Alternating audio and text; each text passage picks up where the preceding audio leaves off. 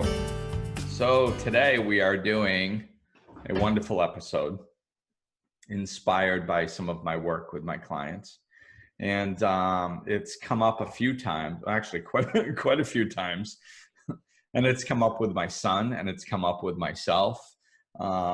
So I kind of wrote it out recently and I said, this would be a good episode. So it's really all about implementing new behaviors. And I'm kind of getting a strategic way to kind of go through the steps and do that. So before we get any further, we have to say hello to Ben. Hey guys. All right, yeah. So I'm excited for this episode. It's a great episode for when you're listening to this. It'll be the start of a new year. If you're listening to it when it comes out, which is always great. That wasn't planned, but it just happens to line up with when this came to you, Glenn. Yeah, that's perfect. So we're talking about 3 steps to implement change. Yes.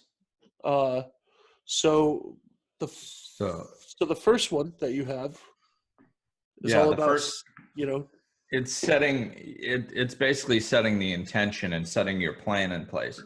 So the biggest piece with this is to do it ahead of time. Like make this its own exercise. So do it, because what happens is, like, when we're trying to implement something new, basically our ego is trying to find ways of not doing it. So it's trying to talk us out of it. That's why we can't make any decisions in the moment of. So what you want to do is just set your ego at ease by letting your ego know that you're not doing this now. You're not doing it today. You're just kind of setting a plan. You're just talking about it.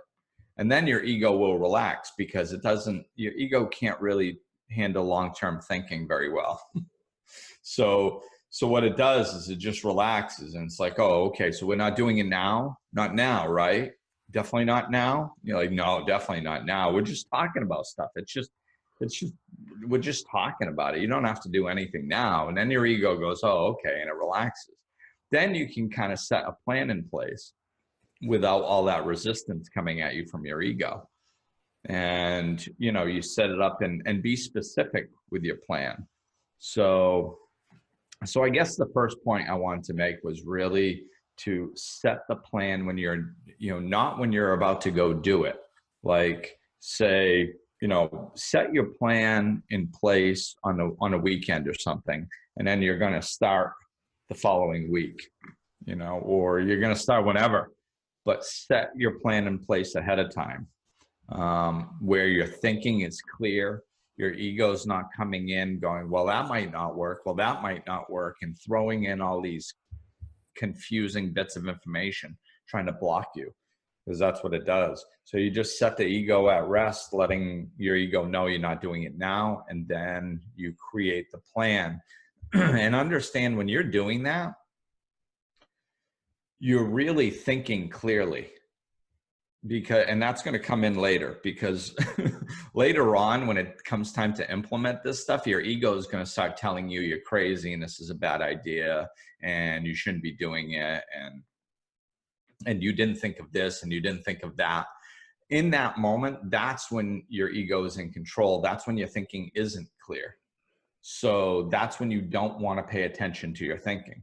You do want to pay attention to your thinking when there's no pressure on you, when you're looking at things clearly, when you're setting in place a plan for something you want to accomplish in the future. So make sure you're clear on that difference. The clarity of mind is now when you're building the plan. It is not when your ego is trying to talk you out of it. So that's, trust your thinking when you should be trusting your thinking. Don't trust your thinking when you should not be trusting your thinking. So that's step one. So what do you think about step one, Ben? I like step one. Step one is great because setting up the plan ahead of time, I think, is really crucial. a lot of people, a lot of businesses, a lot of everything, uh, you know, when things are rushed, when you make the decisions ahead of time, when you make a quick decision and I want to do this and I'm going to try to pivot on a dime, Mm. that's usually not a good thing. Right. Yeah. It's not usually the best. Um, and yeah, and when you take more time and you can, um, well, I don't want to get ahead of ourselves, but when you take the time to plan, and really work on getting the stuff together that you're going to implement, you Mm. know, then then uh, then you know you have a strategy that you can follow. You have sort of a map and a game plan that you can follow, and I think that's great. That's important. It's Yeah. easier to even if you're the one making your directions. It's easier to follow directions than to figure it out as you go. Right. And it's really, it's, if you pay close attention to your body language is probably, I mean, some fear can bubble up. It's possible. It's not going to be overwhelming though, because your ego isn't trying to talk you out of it because you don't have to take any action yet. So it's completely manageable. But if you pay close attention, you're probably going to feel some excitement because obviously you're setting a plan for something that you've wanted to accomplish and you've probably wanted to accomplish it for a while. Or at least it's a stepping stone to something you've wanted to accomplish for a while. So there's a level of excitement that starts bubbling up. So here's a personal example of when I did step one well.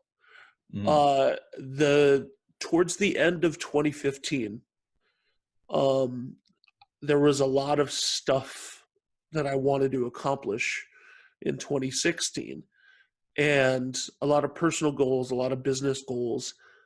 I was doing way too much stuff at the time, honestly, and but I took the time starting in like October to go, all right, I'm going to have a plan so that when January comes, I'm going to attack this. And I had this plan set out, and in January I started implementing the plan, and by the end of January, the year looked way bigger than I had ever imagined. You know? Yeah. And so many things happened. We moved to a bigger, better place. The business really exploded that year. A different, the children's theater business that I was doing at the time exploded that year. Like, so many different awesome things happened because I took the time to plan it out before implementing it. Yeah. And I should probably take my own advice and do that again. Yeah. Yeah. And I mean, of course, where this can be grand scale or it can be small things too, So I mean, with the grand scale, usually you have to keep in mind you need room to breathe. We want to implement structure. And so you can be like, setting up a plan like, okay, I'm going to do this at this time of the morning, and I'm going to work on this in this afternoon. Not necessarily that, I'm going to do this and it's going to work out perfectly. And then starting on this day, I'm going to do that. And, because that's, life happens and there needs to be a little room for breathing, especially with the big stuff. But it's just setting the structured stuff in place. So we can stick to it and break through. We're very habitual beings. I say it all the time. So it's breaking through that habit and creating a new one, that structured pattern. So to give you the opposite example, and on a smaller scale, I don't know if you remember this, like July 30th of this past year, I decided that for the entire month of August, I was gonna go vegetarian. Do you remember that? yeah. Yeah. And I didn't plan it at all. I just was like, all right, tomorrow, like, I'm just gonna do this. I've been thinking about it, but I hadn't planned at all, and failed miserably. after like it was great for a week, but then I looked at all of the like nutrition stuff that I had been going, and I tried to do it as I went instead of planning, and it was the opposite of the previous story, you know. Yeah. Yeah. So it does. The planning helps a lot, and it's the, which actually, as you know, it's naturally kind of spilling right into the second part of it, which is, what types of things are we going to plan? What does planning it look like? And that's really the action steps. And it's, it's really the getting specific with things that you're going to do. And, like if you're creating, again, this can vary small scale to large scale, but I mean, right now, a lot of people, we do too much. A lot of times we work too much, and sometimes it's work, sometimes it's distraction. But like now with technology, a lot of times working too much and distracting ourselves too much look very similar because it's on devices, the TV or the computer or the cell phone. And, so things like that, when you're distracting yourself or working too much, it's very unconscious. So you have to make things difficult. You have to make yourself think if you're going to go do something. So if you say, I'm not going to get on my phone for the rest of the night, and you put your phone right next to you, there's a gigantic chance you're going to be on it, because unconsciously you're just going to pick it up, or your ego is going to say something like, well, just, it'd be foolish to not check your messages. Just look to see if anybody messaged you, because the volume's off. Oh, okay. So you look, and that was just to get it into your hand. Now all of a sudden you wake up an hour later and you've been playing Candy Crush, and you don't even know how you started.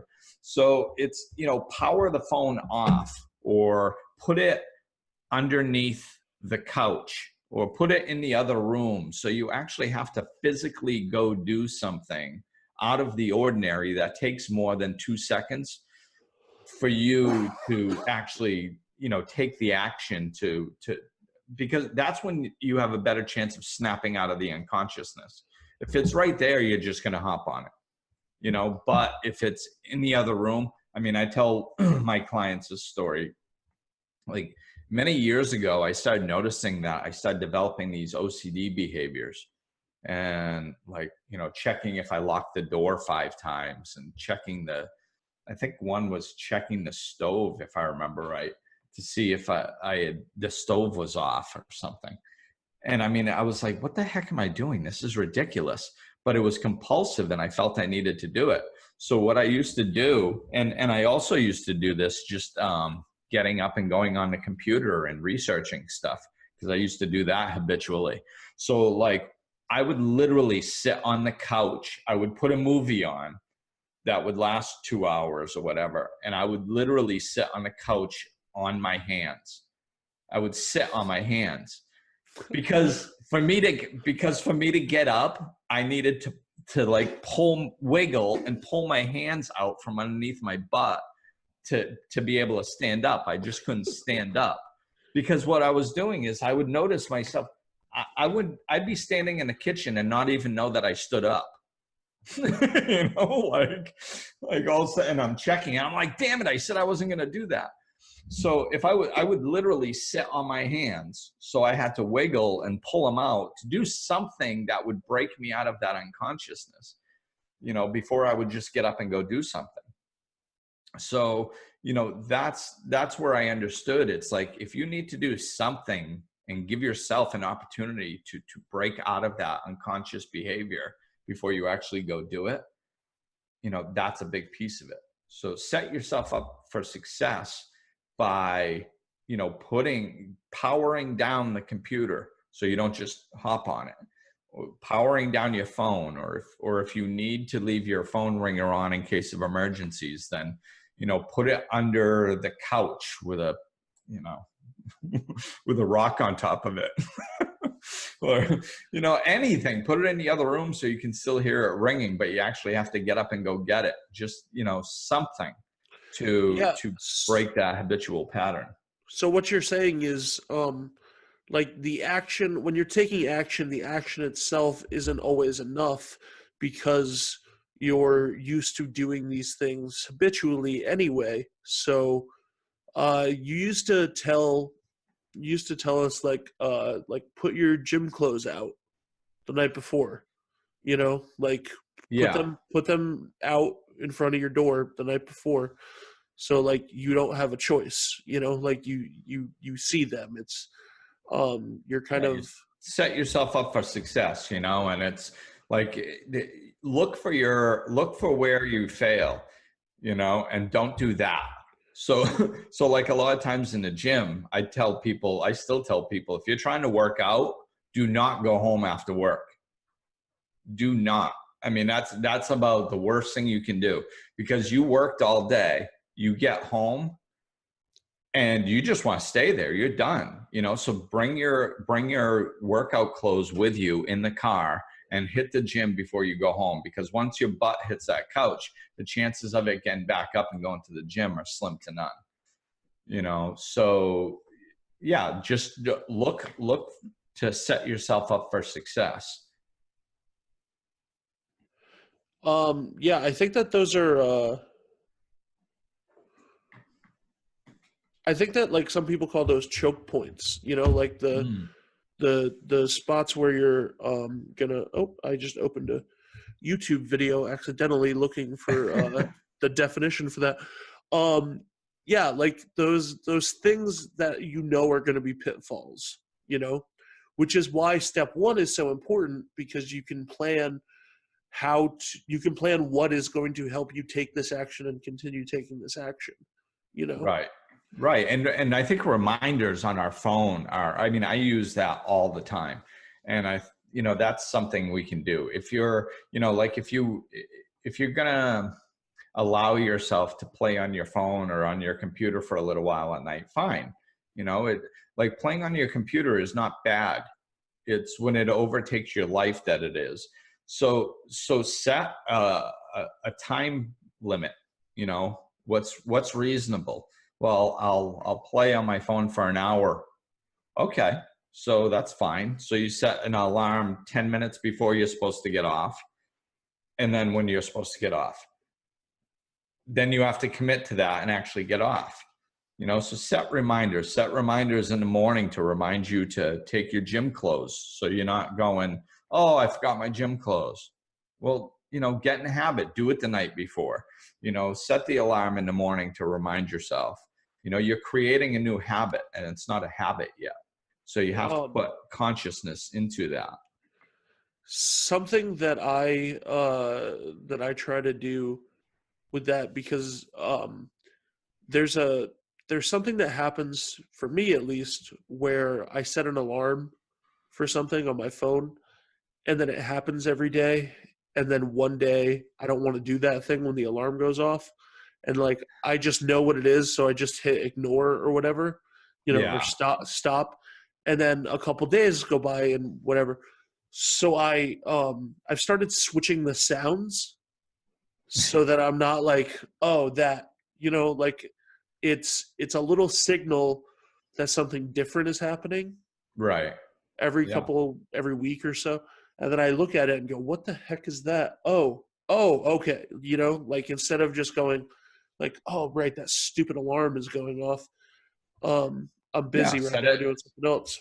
Yeah, set it a different alarm. And like I use color coding on my calendar, because my calendar is like you've seen my calendar. It's insane. So it's and it's all different colors.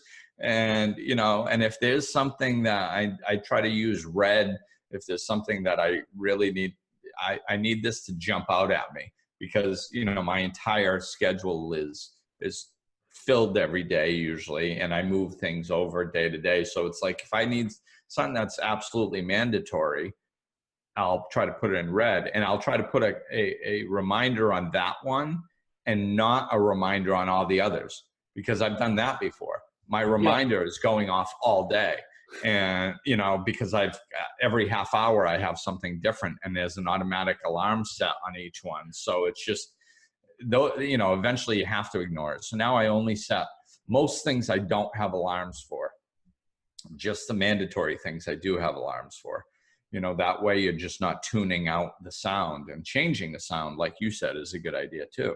It's, you know, this stuff isn't rocket science. It's just understanding your brain, you know, like do something different and hold yourself accountable. You know, that's the type of mentality we want to get into. And Yeah.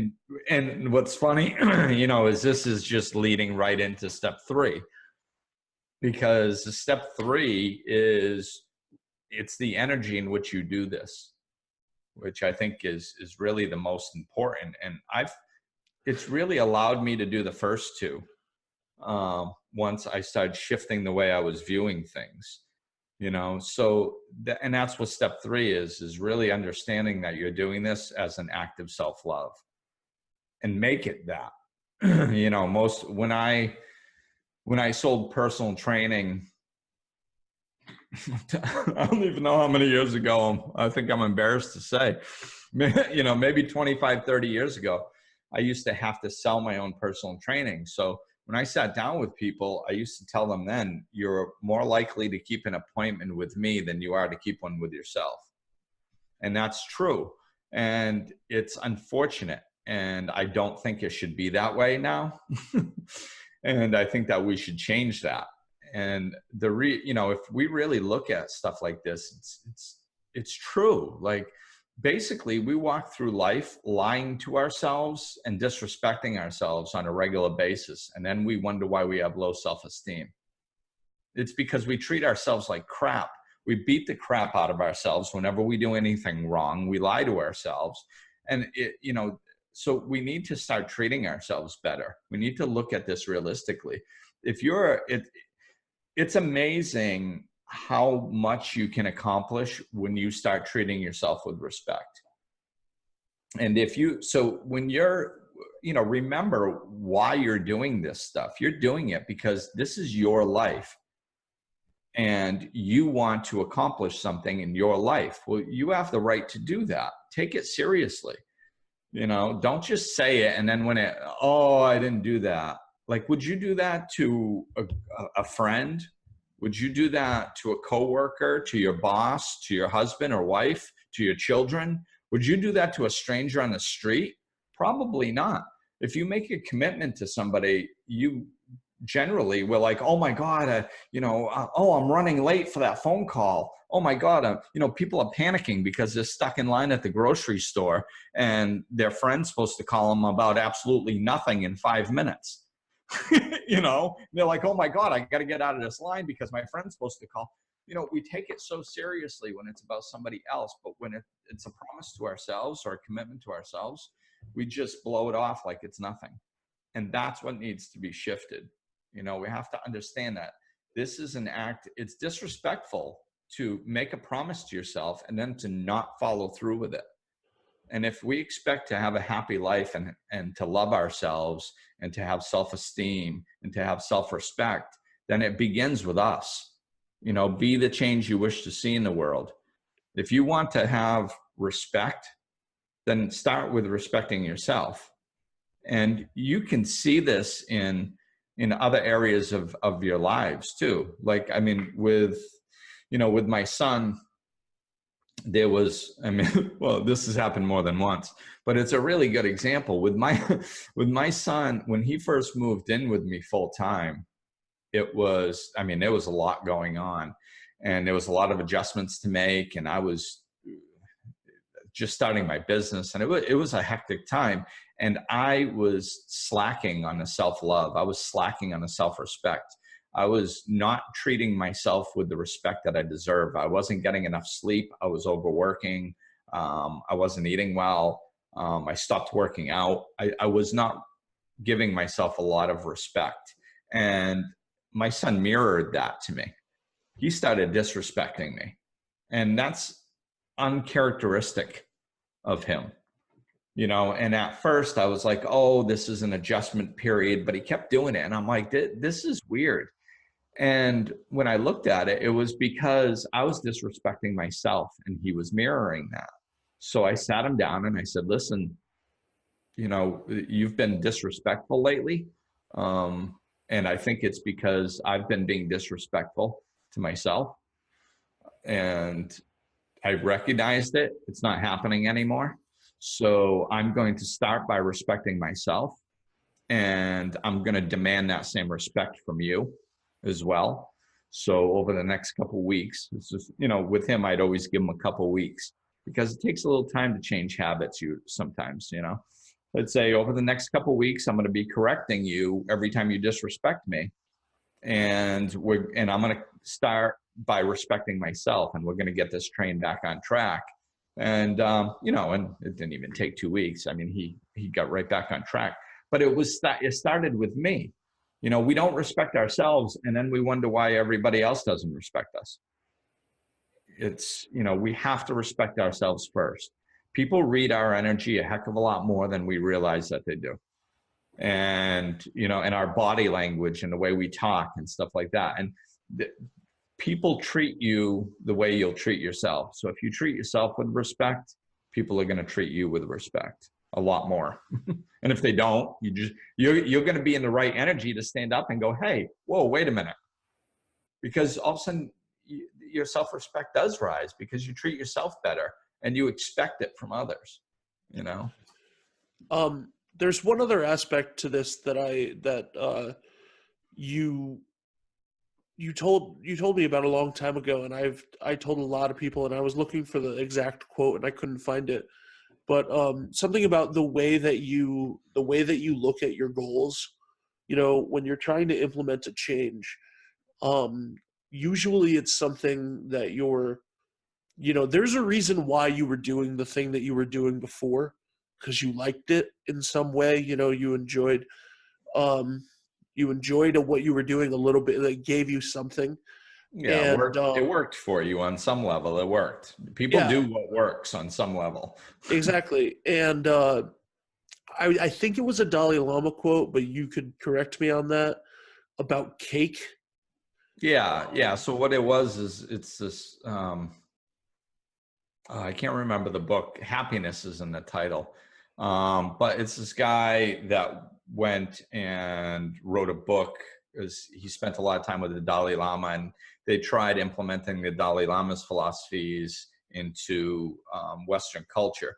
So, and the Dalai Lama said the reason why a lot of people have difficulty changing habits and things like that is because they look at what they're doing as self-deprecating. It's punishing. So they used diet, for example. And he said, if you go on a diet and you say, okay, well, I can't have that piece of cake, then what you're doing is you're denying yourself something that you want. You say, I want that cake, but I cannot let myself have it. So that's a negative tone, and you're denying yourself something. And if you deny yourself something, eventually you're going to rebel against it, because it's just not natural. It's not natural to be mean towards yourself. And that's the energy of what you're doing, is you want it, but you can't have it. So eventually you're going to rebel against that philosophy. So he said the better philosophy is looking at your goal and saying, okay, I would like to be healthier. My goal is to be healthier. So I can have that cake if I want, or I can decide that I want to be the person that I'm trying to become, and I can choose to not have the cake because that's one step closer to the person that I want to become. And then all of a sudden you're not denying yourself the cake because you want it, but you can't have it. Instead, you're saying, no, I'm walking towards what I want. I want this over here, and I'm taking a step towards that. Yay me. And when you do it that way, there's nothing to rebel against. There's no negativity, So our mindset about how we look at things is very important. You have to understand that you're not doing this stuff because you're trying to be mean to yourself and you're trying to, implement this structure that strips your freedom. If you go into it thinking like that, you're not going to follow through. You're going to rebel against yourself. But if you go into it looking at this like it's an act of self-love, and you're doing this because you deserve to live the life that you want to live, you deserve to accomplish what you want to accomplish, and you're going to do whatever it takes to get there out of love and respect for yourself, then all of a sudden it's a completely different energy. Yeah. So that's it. I couldn't help but smile every time we transitioned. You spent exactly 10 minutes on each of the three steps. So the 3 steps to implementing a change: set a plan ahead of time,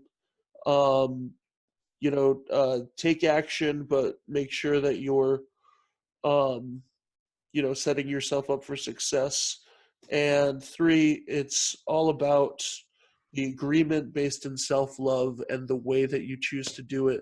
Awesome podcast today, Glenn. Yeah, thanks.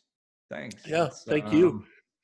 It is. It's 3 parts, and really, just really do it out of self-love, do it out of self-respect, and, make it an act of self-love. And you can reinforce that too. Every time you do something, if you're sitting there going in your head, like, wow, like, look at me, man. I just did that. Like, I thought this was going to be difficult, and I just did that. It's such a, yay me, pat yourself on the back. We're so not used to doing that. We're so used to punishing ourselves when we do something bad, and when we do something right, just, oh, well, I was supposed to do that anyway.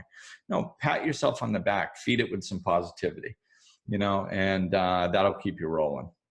Definitely. But that's going to do it. That's going to do it for this one.